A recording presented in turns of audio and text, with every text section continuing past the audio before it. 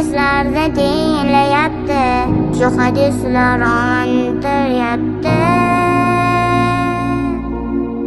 Hech bo'lmasa bir borgina tushlarimni ko'rolmayman, bo'lsa hamki maylancha dunyolarga onmayman. Rasululloh sizga loyiq ummat bo'lishni istayman, jannatlarda ko'rish istayman.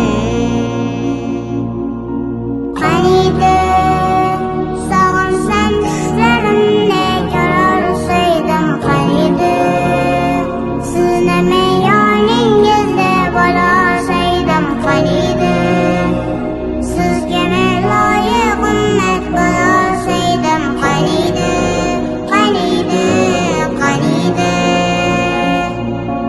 qaniydi sog'insam tushlarimni ko'rolsaydim, qaniydi sizni men yoningizda bo'lolsaydim, qaniydi sizga men loyiq ummat bo'lolsaydim, qaniydi, qaniydi, qaniydi.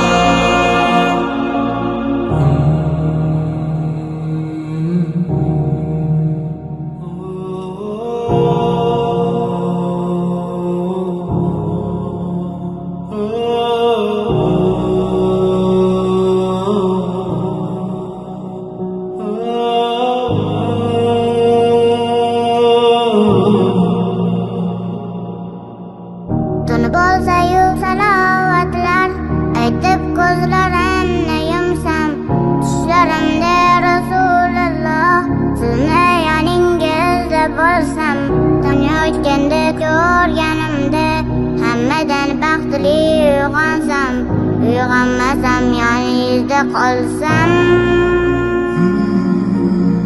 Shu kunlarda yo'q halovat, sog'inch menda tinmayapti, tanam jonim sog' salomat, sog'inch meni qiynayapti. Allohimga shukr deyman, dunyoda kam qilmayapti, sog'inch yomon sog'intiryapti.